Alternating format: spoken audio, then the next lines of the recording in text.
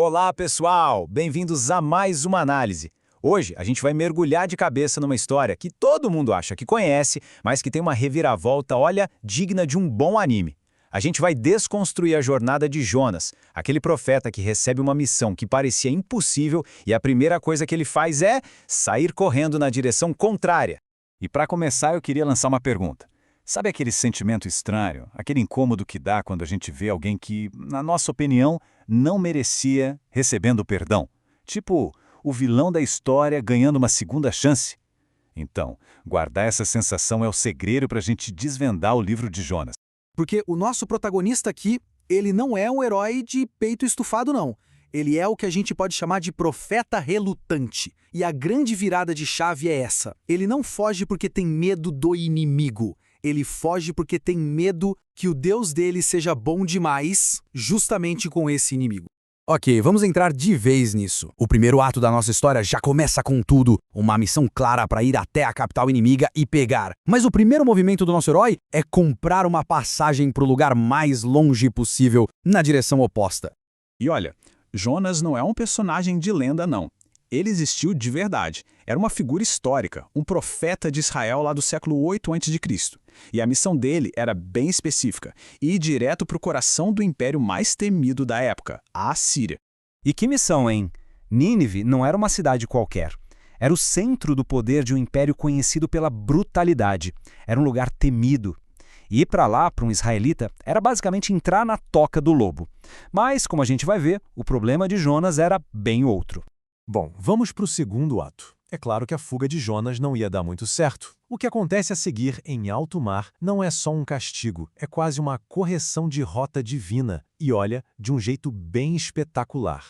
A narrativa do livro é muito bem amarrada, sabe? Super organizada em 4 atos bem claros. Primeiro a fuga, depois a oração dentro do peixe, aí vem a pregação e, por último, a ira do profeta. E é nesse 4º ato que a história mostra para que veio de verdade.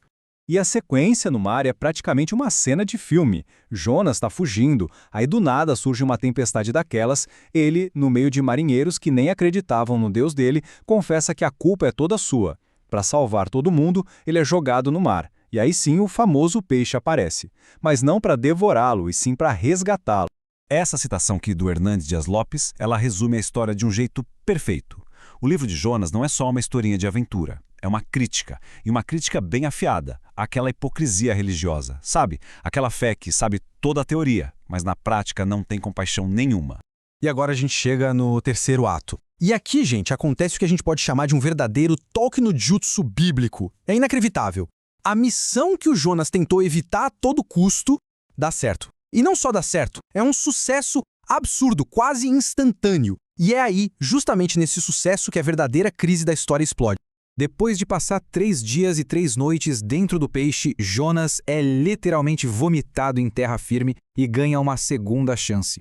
A ordem de Deus é a mesma de antes. E dessa vez ele obedece. Não porque o coração dele mudou, mas por uma obediência meio a contragosto, quase que empurrado pelas circunstâncias. E esse quadro aqui mostra a ironia central de toda a história de um jeito brilhante. De um lado, o profeta, o cara que conhece a teologia, tem um coração duro como pedra. Do outro, o povo de Nínive, os maus, os pagãos, que se mostram totalmente abertos e se arrependem na hora com uma pregação super curta. Chegamos ao 4º e último ato, e é aqui que a história vira de ponta cabeça. O herói consegue o que queria, a cidade inimiga é salva e ele fica revoltado. A crise de verdade nunca foi o perigo da missão, mas sim o sucesso dela. E aqui está a grande confissão. A gente ouve da boca do próprio Jonas o motivo real da fuga dele. Ele fala, eu sabia que o Senhor é um Deus compassivo. Foi por isso que eu fugi. O problema dele nunca foi medo dos assírios. Era compaixão de Deus por eles. E para esfregar essa contradição na cara dele, Deus usa uma lição bem diferente. Ele faz nascer uma planta para dar uma sombrinha para o Jonas, que fica todo feliz. Mas no dia seguinte, a planta seca. Jonas fica com uma raiva mortal por causa da planta, e aí Deus vem com a pergunta que desmonta ele. Ué, você tem toda essa pena de uma planta, mas não se importa nem um pouco com uma cidade inteira cheia de gente? Então, a gente chega no ponto principal. O que é que essa história tão estranha e provocadora quer nos ensinar? Qual é a verdadeira lição por trás do profeta, do peixe e da cidade? Os grandes temas do livro ficam bem claros, né? A história fala sobre o controle absoluto de Deus sobre a natureza e as nações e sobre uma graça que não tem fronteiras, que alcança todo mundo. Mas, acima de tudo, ela funciona como uma autocrítica para quem lê. É um alerta sobre o perigo de ter a doutrina toda certinha na cabeça, mas um coração completamente errado. E essa citação aqui, para mim, fecha com chave de ouro. O grande personagem dessa história não é o Jonas. É um Deus que surpreende a gente o tempo todo. Um Deus que perdoa exatamente quem a gente achava que era imperdoável. No final das contas, a famosa parte do grande peixe é só um detalhe. O coração da história é sobre um homem religioso que entra em parafuso não por causa do pecado, mas por causa da graça exagerada de Deus. A história foi escrita para nos desafiar mesmo. Isso tudo nos leva a uma reflexão importante. O que essa história ensina sobre o que significa estar em uma missão? Talvez a missão sirva tanto para transformar quem está sendo alcançado, quanto para transformar a pessoa que está fazendo a missão. E a pergunta que fica ecoando, e essa é para a gente levar para casa, é: quem são as nossas Nínives hoje? Sabe, aquelas pessoas ou talvez grupos inteiros que lá no fundo a gente acha que não merecem perdão, que não merecem uma segunda chance. E a grande lição é essa. A missão de Deus parece ter um propósito duplo. Claro, é sobre alcançar os outros, mas talvez seja principalmente sobre quebrar o nosso orgulho, a nossa dureza e nos transformar completamente no meio do caminho.